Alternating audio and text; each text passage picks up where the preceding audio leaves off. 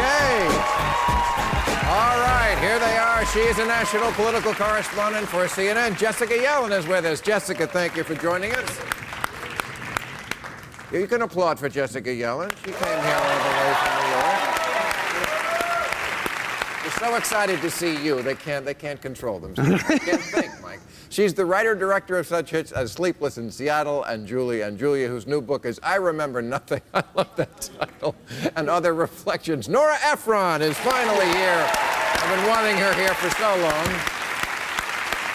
And, of course, he is the Oscar-winning filmmaker of Bowling for Columbine, Fahrenheit 9/11, and Capitalism, a Love Story, whose daily blog is Open Mic at michaelmoore.com. The true tribune of the people, Michael Moore, is back with us.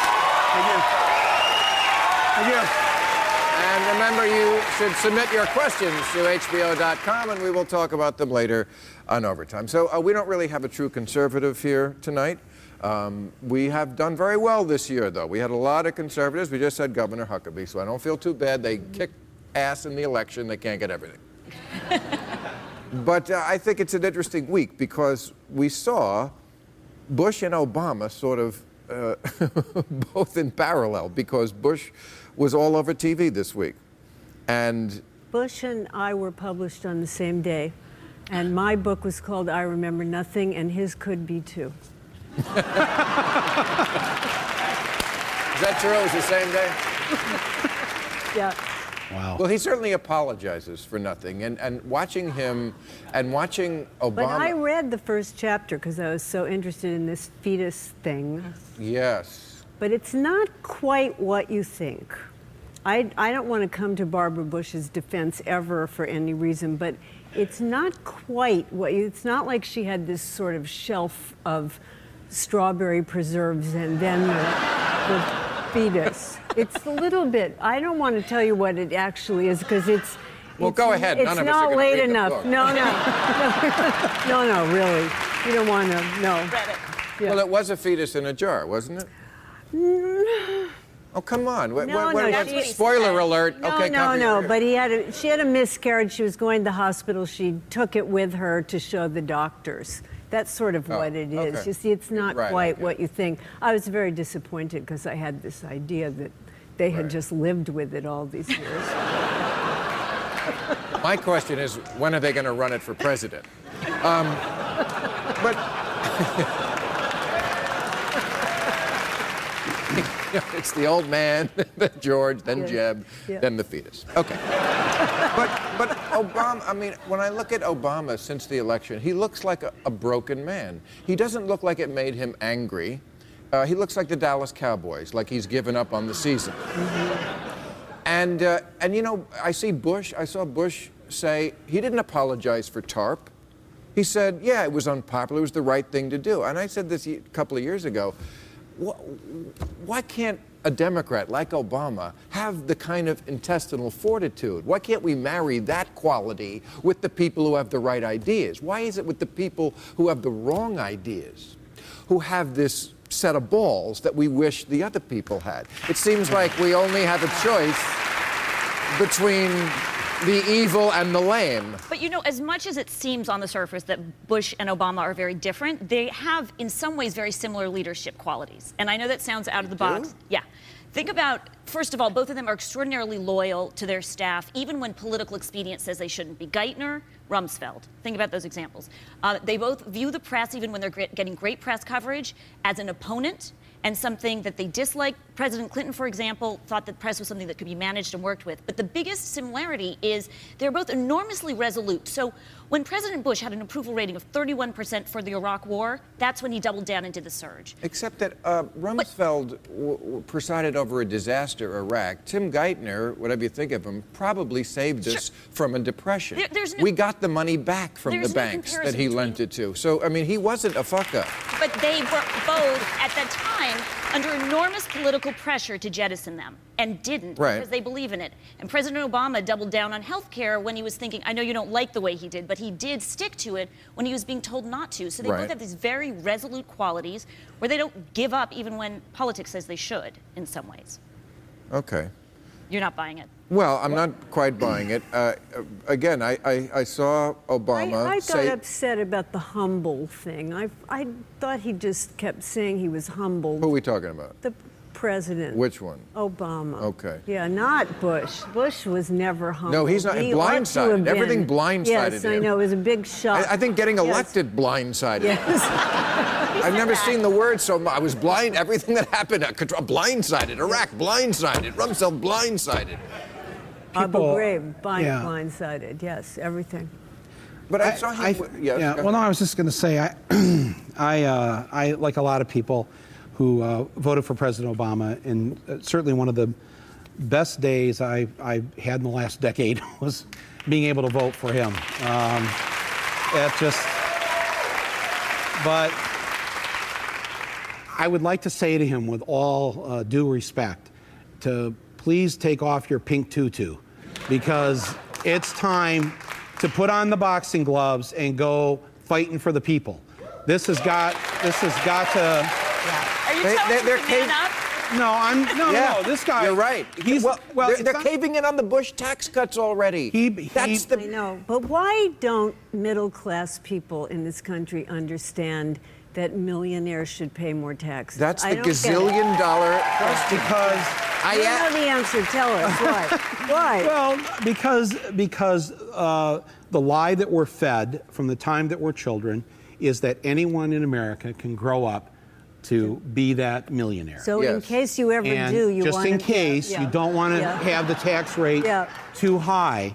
And right, the estate tax. They vote the death tax that affects nobody. It affects but a point small. Although you know, if you die 0.2%. before the end of the year, I don't know if this is relevant, but if you felt like it, there's no inheritance tax. Right. You have until the 31st of December. There is a big incentive to kill your grandmother before New Year's Eve. It's so true. But I saw Obama on 60 Minutes, and you know, Steve Cross was trying to throw him a big softball there, you know, about this very issue. You know, basically saying, you know, the policies that the Republicans are favoring are kind of insane. You know, I mean, they're screaming about deficits, and yet what they want is to give more money to cushion the lives of people who are already over-cushioned. Yes. And instead of saying, Steve, you got that right, they're a bunch of assholes, Obama goes, well, the Republicans have a different view on this. You know, he actually gives credence to their insanity. He does their work. Did you see Rand Paul on election night? It's reckless. Rand Paul said, there's no difference between rich people and poor people in this country because somebody has to build yachts. Right. I'm paraphrasing only slightly, I think it's true. I think President Obama's, right. I think his whole attitude here is it's reckless, it's dangerous for the country. He and the Democrats have to now stop them at just employ every measure that they've been employing to stop whatever they're planning to do, and whenever they go off and they're acting crazy and totally Fruit Loopy, let them be that way, because Obama's approval ratings will go up in a few months once America gets a little dose of. Mitch McConnell. I don't know. Mitch McConnell. Yeah. And you know, Mitch McConnell said. You think they're going to love this, huh? Yeah. I mean, well, that idea that America will see. America doesn't pay attention or see. You have to. America is like a dog. I'm sorry, but it is. It cannot understand actual words. It understands inflection. It understands fear. But these are the. But you can't actually explain issues to a dog. Right, but this is right. No, but no. We've had this discussion for many years. Your complete lack of faith in your fellow Americans, and my desire to hang on by the last fucking thread to some piece of optimism. I know. But that dog has been horribly abused, and you know what happens when the dog has been abused? The dog gets all insane and does insane things. Right. And that dog is being foreclosed upon. That dog doesn't know if they're going to have a job next month, even if they have a job now. I mean, so why vote for the people No, who they didn't. promised? They stayed home. the Yeah, American They that's- stayed people- home. They Well- stayed, and they did a poll of the, I don't know how many tens of millions it was, but it was huge, that stayed home. And Obama, like, he was like, got 70% of that vote. Yeah. Of the people that didn't Yeah. vote. And young people, Right. 23 million voted for him in 2008. 9 million voted in this election. The Republicans only won by 5 million votes in this election last week. 14 million young people stayed home. The other part of this, though, is that white America does not like having a black president. That's just the sad truth. That is the Rating was 76% after his inauguration. No, I'm going to tell you. No, but let me Yeah. tell you. The day after the statistics don't lie. I'm not talking about polls. I'm talking about that the young people in 08 was the only. Do you know this? It's the only demographic, white demographic, that Obama won. 18 to 29-year-olds. Right.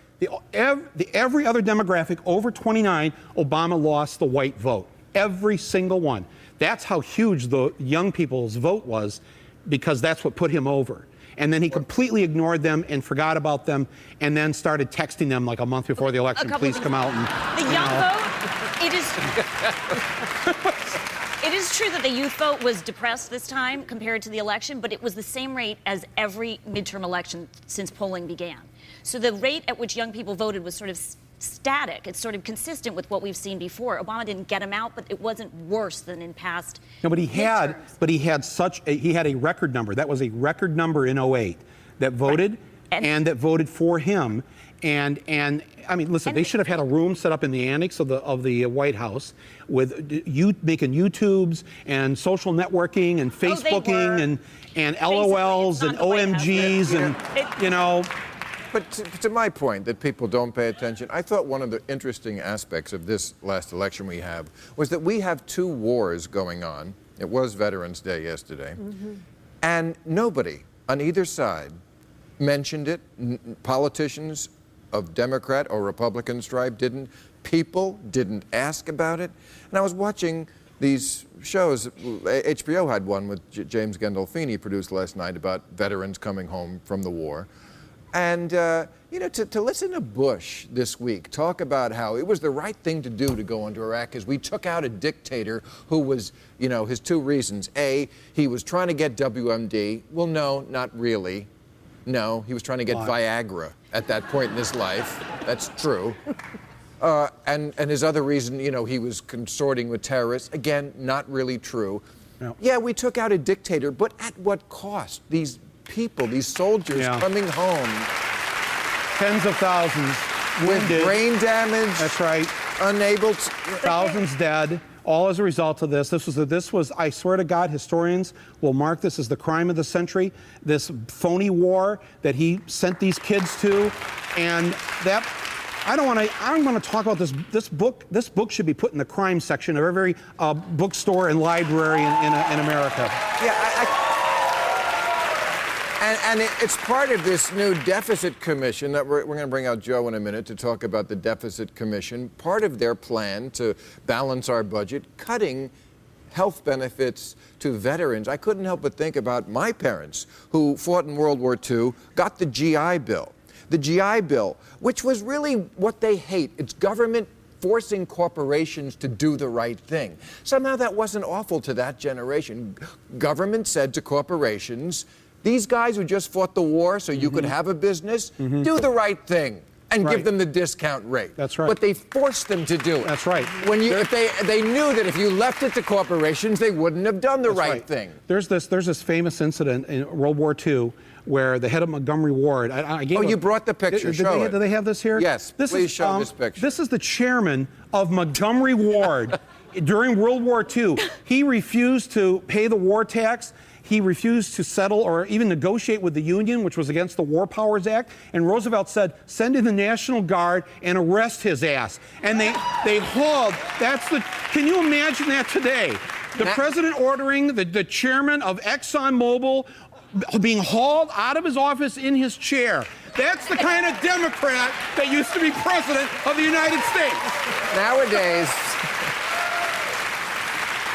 Nowadays, when you see a CEO in that position, it's because he hires guys to actually carry him around. That's All right. actually what I thought that was a photograph of. Yeah, No, that's right. It does no. look like that. That's yeah. the way it used to be. All right. You're a corporation. You have to obey the laws. You don't obey the laws. ExxonMobil paid no taxes last year. GE paid no taxes last year. And they're having a deficit commission telling us to make old people work till they're 70? Are you fucking crazy? All right. I mean,